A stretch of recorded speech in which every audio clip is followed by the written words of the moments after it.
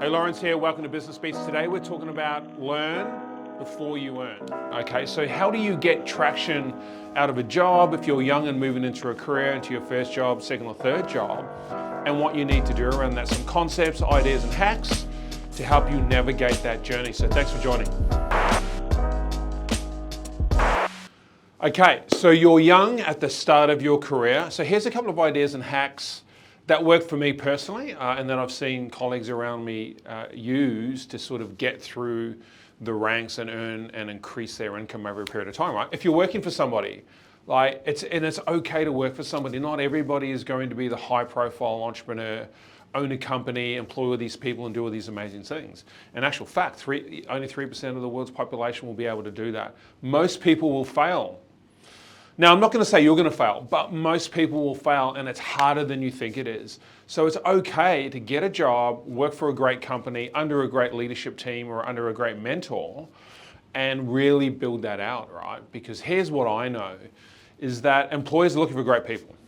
Employers are looking for great people. You don't have to be the business owner and the entrepreneur. You can also just be the great employee. They'll wrap barriers around you, meaning the employer will wrap barriers around you if you know how to learn, right, and execute and deploy inside their business and become a real valuable asset to them. So consider that as we go through this conversation. So this is about how to play the game and win, right? So if you're young moving into a role, what you need to do is you need to consider a couple of things. Play the long game. Don't going up here, going down here. You want to find a company that I think is entrepreneurial at heart, that are innovating, that are up with technology, that have a fairly good market share, that may be in a semi-startup mode where they've just sort of gotten over that little bit of a hump and they're really starting to get traction. So be smart when you're looking for a job. You don't have to just get on Seek or whatever platform you're using and apply for 100 jobs. Why would you do that? What you should do is look for the employers that you want to work for and only apply for those jobs. So people have it the wrong way around. They think that if they're looking for a job, they should just go for any job. Change the psychology, just flip it. Don't do that. Find the employers that you think are great. Find the employers that you think you connect with, like the product that you connect with, the mission statement, the MTP, the massive transformative purpose that they're on, right? So you want to go in that direction because it's going to have more value to you over time, right? Okay, so tick that box. So you get to the interview and the guy says to you, hey, we really like you. You don't have a lot of experience, so we want you to come and work for us for free. And you go, no, I need to earn $68,000 a year. And I'm 22. I don't know why you would do that. What I'm trying to do is unpack a concept for you. So I remember in my younger years and even through my early executive career, right, I would look for young people who wanted to say things like this to me. Hey, I love what you guys do. I really want to work for you. I'm going to come and work for you for free. And if you like what I do and you think I have the right stuff, employ me. And when you employ me, teach me. Now that's the person you want to employ. Think about it. If you're a young kid looking for a job, change your mindset on this. You need to come down and find the right company and get coached and mentored through. So if I'm the guy who asked for $80,000, right, with 2 years worth of experience, by the way, which is ridiculous, and they're only offering 45, right, and we're a little bit like this, and I say no, and then they get rid of me, and then this young guy gets it, 10 years down the track, the guy who went for the $80,000 job probably got it. Who knows? He's probably earning about 100 now. What do you think the guy who took 40, 45 is earning now? He's probably a partner earning $250,000, $500,000 a year. See the different lens on that, right? So think about when you're approaching that employment, how you play the game and win. It's a long game, not a short game. Work for free if you have to. You want to go from the bottom up, and it takes time to get there. It could take you 10 years. But here's what I know. Most of the most wealthiest people on the planet don't own the company. And in fact, they were employees that moved into being shareholders and were given equity in the company, because the company saw so much value in those people, and they had learned so much good quality skill and IP that they wanted to wrap a barrier around them and didn't want them to leave, right? So sometimes that's just how it plays out. So you want to consider that deeply. Don't just be like everybody else. And it's okay to work for somebody. You can still make a lot of money. I think everyone these days thinks you have to have a side hustle. Oh, well, I've got to have a side hustle so I can earn all this cash. Well, just focus on one thing. Focus on being the best at what you do for your employer, and everything will change. I guarantee you that employers are looking for those people. They're just very rare to find. And when someone finds them, like I know for myself, if I found that type of person, I would bring that person closer to the business and then instead of pushing them further away. So that's something you want to think about. Now, when you get into a role, say you're young, you're in your 20s or even in your 30s, right? You get into a role. It's not just for people in their 20s. So I've been successful in acquiring a job for a company that I love. I'm going to move into that role. Now, what am I going to do, man? I'm going to keep my mouth closed and my ears open. All I'm going to do is absorb information, right? And I'm going to learn. I'm going to learn, I'm going to learn, I'm going to ask questions, I'm going to take notes, and I'm going to learn. I want to learn from the best, all right? So I've got to find someone in the business that I can pair up with, go to, seek advice. If you're young in a business and you go to anybody and you say, hey, I want to learn more, they're probably going to go, no, we don't want you learning anymore. That's not going to happen. Come on, that's bullshit. You know they're going to open the door for you and everything is going to be great, right? And then when you do that, you put yourself in a position, maybe 2 or 3, 4, 5 years later, whatever that may look like, where you start to get traction and wins, right? And when that happens, they open bigger doors for you, right? And that's how you move towards equity. That's how you move towards profit share, commissions, bonuses, bigger salary, base salaries, company cars, and all that sort of thing. People and companies and CEOs and founders will do that. It's simple, right? It's pretty logical, but unfortunately people don't think like that anymore. People are looking to earn X amount of money. I need to earn $80,000 a year. I would rather earn less money and struggle more for the opportunity to double my income in 12 to 24, 36 months. Think about that. I remember when I was young, I worked into, I'll give you a couple of scenarios on that, right? I was young, I moved into a project management business, 14 offices across Australia. They recruited me as a branch manager, and I have no idea why, because I had no experience. So maybe the guy who recruited me was a pretty cool guy. Joe saw something in me that I probably didn't see in myself, right? I didn't have a lot of confidence back then. I was pretty sharp, but I just didn't have a lot of confidence. I think I had a couple of sales jobs, and I was pretty good at that, and I was quite successful in that. But this was a leadership role, managing a whole office and a whole P&L and cost center, right? Anyway, he gave me the job. I was very thankful for it. In fact, I was very humble and very thankful. So I wanted to do the best thing I could possibly do for him, right? I wanted to achieve for him, not for me. So I went into that business. They gave me an opportunity, and I worked my ass off. And I did 2 things. I kept my mouth closed and my ears open, and I took a leadership course, and I paid for it myself, right? And here's what happened. I think we're in 14 offices, we're in number 12. So we're almost right at the bottom, right, of the rung in terms of revenue for the whole country. In 12 months, I was number 2. In 12 months, we're the second highest billing office in the country. To the point where, now I'm talking with the CEO and the senior leadership team, because I just kept saying to them, I want to learn, teach me more. I can get better at this. I've made a mistake. Let's just recorrect. And they guided me and gave me so much mentorship in that role. It really sort of changed my life. So I was very thankful for that. I've taken a business from $50,000 in revenue to 150. Why? By just hustling and learning the trade, right? How to sell, how to do marketing, how to get leads, all that sort of stuff. I just learned that. That company wanted to retain me. They wanted to give me shares in the business. I said no, it wasn't the right fit for me. I was only there for a short time. But you will get, those doors will open for you. I remember taking the company from 3 million to 5 million in basically 12 months as well, right? How do you do that? I take all the skills that I had acquired and now I'm leveraging and I'm stepping up, right? That business also offered me equity in the company, and I didn't take it. I did get a relatively successful bonus, and they gave me a car and all this sort of stuff. But imagine, if I went into that role, and that first role, senior leadership, well, it wasn't senior, but it was a leadership role. They paid me, I think it was $70,000. I was actually earning more money before that job. In a sales job, I think I was earning about $120,000, $130,000 a year, right? In my 20s. So I took a pay drop, considerable one at that. But within 12 months, right, I was earning twice what I was earning prior to taking that pay drop. So calibrate, right? You should think about that. I think that's really important. Now, another point, okay, if you want to move in the right direction, if you're young, to make money without having to have a side hustle, start a business. Hang out with the right people. I've said this 100 times before. Like, you have to hang out with the right people. Look, most people probably know tall poppy syndrome, right? It's one of those things in Australia and New Zealand. Don't know why. It's very weird.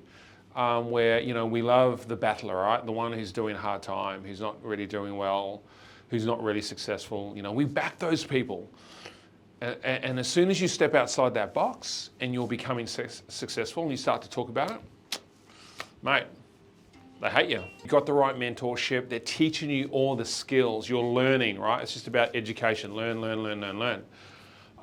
But now you need to think about strategically how you're going to move and pivot, right?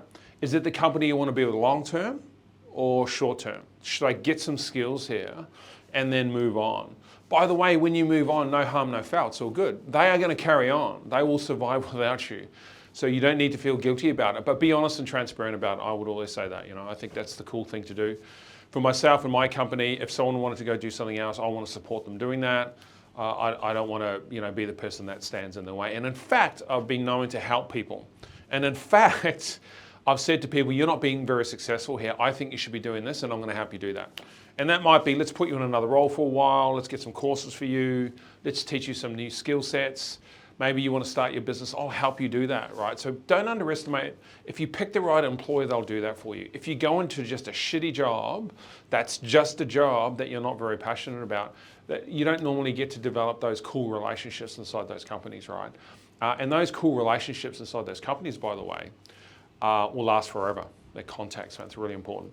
So map it out, right? So what are the next 3 to 5 years in that job or your career look like? You have to write it down. I would put it in an Excel spreadsheet. I put everything in an Excel spreadsheet. So I am an Excel spreadsheet guy. So because it helps me think about things. I like to write things down, all right? So put it in a spreadsheet. You need to map out what skills you need to learn, write them down. Inside the current market, how can I help my employer leverage to give me the opportunity to ask them for more money? If you position yourself well inside a company, right, you can definitely ask for more money. So that's a strategy to increase your income. Here's what most people do, which is so fucking stupid, is they think they should pick themselves up and go and apply it for a job that pays more money. Like, think about that for 1 second. Like, that is so stupid. If you're inside an employer, you love the employer, you want to earn more money, and you feel like, oh, I'll just go work somewhere else to earn more money, it's completely illogical to me. Build skills inside that business, be a great employee, and go and ask for more money. And here's the thing, you'll get it, right? But you have to be good. You can't do an average job. And here's the thing, I think most people's good is average. Most people's great is average, actually. So you've got to be super, super great, right? And if you are, they will pay you a bigger base salary. They will give you the commissions and the bonuses. So you should think about that. So map out what that looks like for you inside that company. Or yeah, maybe you do need to move to another company. Maybe the fit's not quite right. You've learnt it as much as you can in that business, and now you need to go to a bigger company, earn more money, and learn greater, wider skill set, right? So you should consider that. Okay, next, invest in yourself. Mate, I've said this a million times, invest in yourself. So you're working a gig, you don't have a lot of money, go and live on the streets, and the money that you get paid, go and buy something and do some courses. I'm joking, don't go live on the streets. But think about that concept for a second, right? So cut out all the bullshit in your life, the shopping, the bouts, the handbags, the watches, and all that sort of crap. Take that extra cash you have and invest it back in yourself. It is the best investment. I know it's a bit of a cliche, but it's true. Right? The only reason I managed to earn more money, like I was in my 20s, I was earning $200,000 a year. In my early 20s, by the way. So you got to think about that, right? So, and I did it through courses, and I did it through wrapping myself around smart people, right? I got a job in recruitment, I'll never forget this. I walked into that role, just a dumb kid. I think this was my first professional white-collar job, actually. I was working in a warehouse before that as a forklift driver, believe it or not. Actually, I was a forklift driver. And then I got promoted. In like 8 months, I got promoted, and I was the assistant warehouse manager at 22, I think. Don't quote me. Managing a team of like 30, 40 guys. Like, how does that happen? Because of the principles I'm talking to you about, right? I was so valuable to that business, they wanted to wrap barriers around me, so they promoted me and just gave me more money. I didn't even ask for it. Yeah, you've got to work more hours, I get that, but you've got to hustle, right? To earn the money and get to the point where you need to. So the lesson there is I invested in myself, as much as I could. So don't spend your money on dumb shit and invest in yourself. Do the courses, and it might be books, it might be webinars, it could be events that you have to fly to, right, to be part of. I don't know. You have to think about what that means for you. So, if you're earning money and you don't have much left over at the end of the day, don't go wasting it on dumb shit. Invest it in yourself. That would be probably one of the most important things, right? The whole point of this episode is to learn before you earn, right? It's such a concept that I think most young people, professionals miss, because they want to go straight for the big money. Mate, dude, the big money doesn't happen straight away. You have to earn it, right? Because if you go in for the big money and you actually get it, you won't be there for long. Because if you don't know what you're doing and you have no value, you'll be out, right? And not even that, in 10 years, you'll be earning the same money. Why? Because you haven't created any value, because you haven't learnt the skills. And by the way, it's not the employer's responsibility to train you, right? Yes, they will do that. Great employers will invest in you. But why don't you do it for yourself first? All right, that would be my take. Okay, another thing you should consider, and I've said this a million times, you're probably getting bored with me saying it, but hang out with the right people, right? You got to hang out with the right people. You want people around you, like if I go back to tall poppy syndrome, right? Where you're not doing that well, you're pretty unsuccessful, and your life is miserable, and everyone's going, mate, you're so great, you don't need to worry about anything, you're amazing. Now, as soon as you become successful, right, and you're flaunting a little bit, you don't mean to, you might buy a nicer car, your mindset might change, you might become a slightly different person. Now, those friends, so-called friends, will bag the shit out of you behind your back. And you know it. It happens all the time, right? Tall poppy syndrome. Why do people find the need to put others down, right? I don't get it when they're successful, right? So you want to be careful of that. As you transition yourself from being poor to being financially independent, you'll see a change in those people around you, a change in your family and your friends, and your life will start to change, right? So you need to figure that one out. You need to put yourself in positions where you have some people that support you and support you 100%, that have your back, right? And they want you to be successful, because if you're successful, you can take them along for the ride. That's who you want around you. You want people to hold you accountable, keep you grounded, right? And push you to strive to be successful, right? And they want that for you. You don't want people saying one thing and then behind your back saying another, right? Because I think it happens all the time. And I've seen it. I've seen, people become successful, have all this group of friends, and now all those friends do is put them down. Like, what's the point of that? So stay away from that tall poppy syndrome mentality. So you might find that as you move through your career and you get more successful and you're earning more money, and the employer offers you equity share and you become a partner, and then now you're 35 and life is great, right? You're probably going to find a big change in terms of socially who was around you at that time, right? So, and that's okay, no harm, no foul. You should embrace that. I wouldn't fear it, right? I think that's critical. So before I let you go, just consider all those elements, mate. Play the long game. Play the long game. Invest in it. Write it on paper. Plan it out. What does it look for? Remember, don't just apply on Seek for all of these goddamn fucking jobs, right? Be very specific of where you want to work, what industry you want to work in, and who you want to work for. Understand the skills that you need. So when you go into that company, you can leverage, right? And ask them to teach you and train you and mentor you. They will welcome that. Now, next thing, you don't have to earn the big bucks. Go in low and work yourself up through the ranks. I think that's really important. Most important though, invest in yourself. Learn before you earn. Come on. Come on now. Invest in yourself.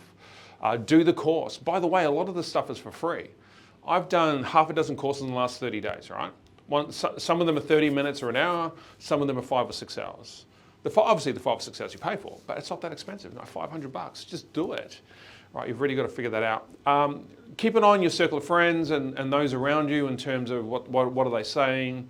Are they dragging you down? Are they pushing you up? Obviously you want the latter, you want to be pushed up and you want people to support and hold you accountable.